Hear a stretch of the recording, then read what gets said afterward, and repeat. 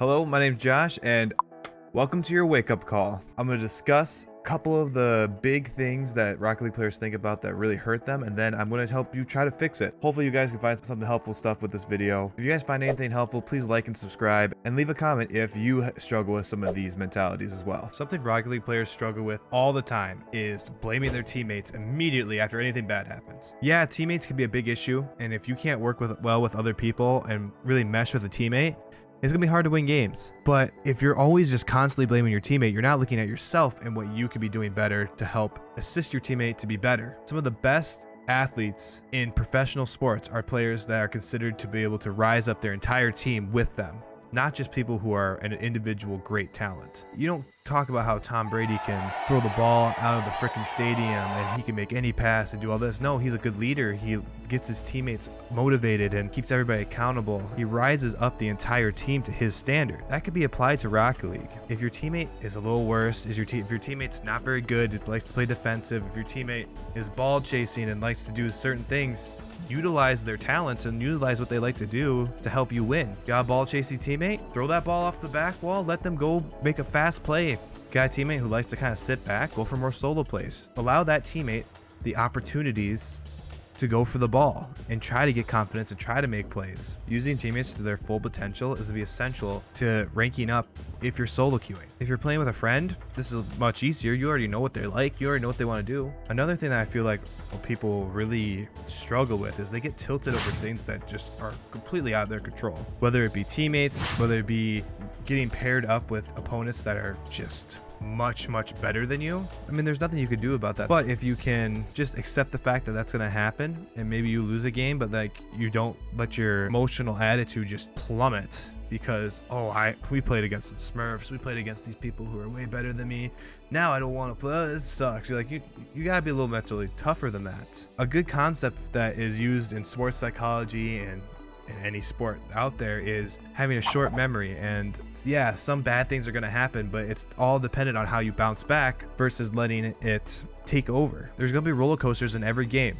No matter what you do, there's always going to be a roller coaster. If you can ride the highs and the lows and try to keep a emotional consistency, you're gonna be way better off. Some ways to fix this could be simply just taking breaks. Walk away from the game for a while. If you're getting tilted and you know it and you can feel it, just walk away. Once you start to understand that there's things that are out of your control and identifying what you can control and what you can't control, you're gonna be much happier when it comes to those emotional highs and lows during the game. Something I've seen a lot in my Twitch chat recently when I'm hosting my Rocket League viewer tourneys, which by the way, come participate, link in the description. So much fun, love hanging out with you guys, love to see everybody come by and hang out. But something I hear a lot from players who are lower rank is kind of on the line of, I'm plat, but I play like I'm champ 3.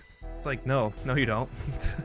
No you don't, because if you play like a champ 3, you would be a champ 3. You're just making excuses for why you're not where you want to be right now. If you think you should truly be champ 3, then you need to take a hard look at why you're gold 3 or plat 1 or whatever low rank you are. Most of the time, you can go back to the other things I just talked about in the video, and those are your reasons. This train of thought leads to complacency, leads to blaming other things that have nothing to do with it for your shortcomings in the game. There's no need for that. Own up to what your rank is. If you're gold, you're gold. If you're plat, you're plat. If you think you should be higher, prove it by getting to that rank. Something else players will do, and this is on the completely opposite end of the spectrum, but it's saying that I suck after I lose a game against a player who's 4 or 5 ranks higher than you. If you're gold and you're playing a champ 3, you're not gonna win. I don't want to break it to you and, you know, maybe hurt your confidence in some way, but realistically, if you're gonna play a champ 3 and you're gold, you're gonna lose every time, and that's just how it is. Does that mean you suck? No. It's like playing basketball with LeBron James in a 1v1 pickup match on some court out in a park, and then after I lose, which is gonna happen, I go, I suck. I'm bad at basketball. Yeah, I'm bad at basketball compared to LeBron James, but I'm not bad at basketball compared to my peers, people who are my level. And once you understand that, you'll feel a little better about yourself. If you wanted to look at how you are at the game, look at people who are your own level. Don't look at people who are above you. If you look at the rank distribution for the entire game of Rocket League, the average rank is plat 1. Now, that's not a very high rank to a lot of people. Apparently, to a lot of other people, it is a high rank. there's more Plat 1 players than there is anybody else. So if you're in that range, you're average to the entire player base. Does that mean if you're gold, you're bad? If you look at the entirety of the Rocket League community, then maybe, yeah. You have a case to say you're bad, but there's no need to be negative about it. Build yourself up. Don't break yourself down. There's no reason for that. The last thing I want us to talk about is stuff that kind of affects Rocket League from the outside of the game. If you're not taking care of yourself mentally and physically, you're not going to perform as well in these kind of games as you would like to think.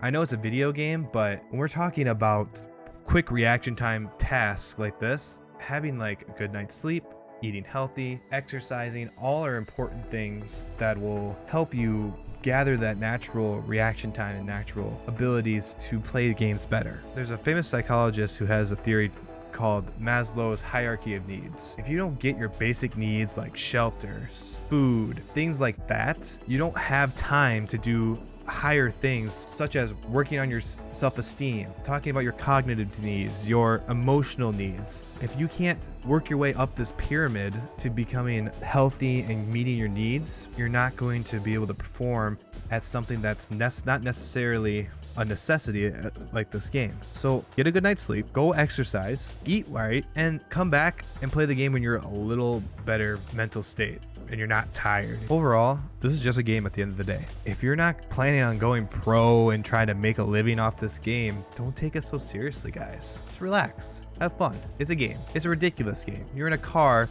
that's powered by rocket fuel or some crazy stuff like that propels itself around the map to fly to hit a ball into a net. Don't feel like you need to be the best and win. I get that's the part of the game that's being competitive, but don't let it hurt you negatively where you aren't enjoying yourself. If you aren't enjoying yourself, maybe this isn't the game for you.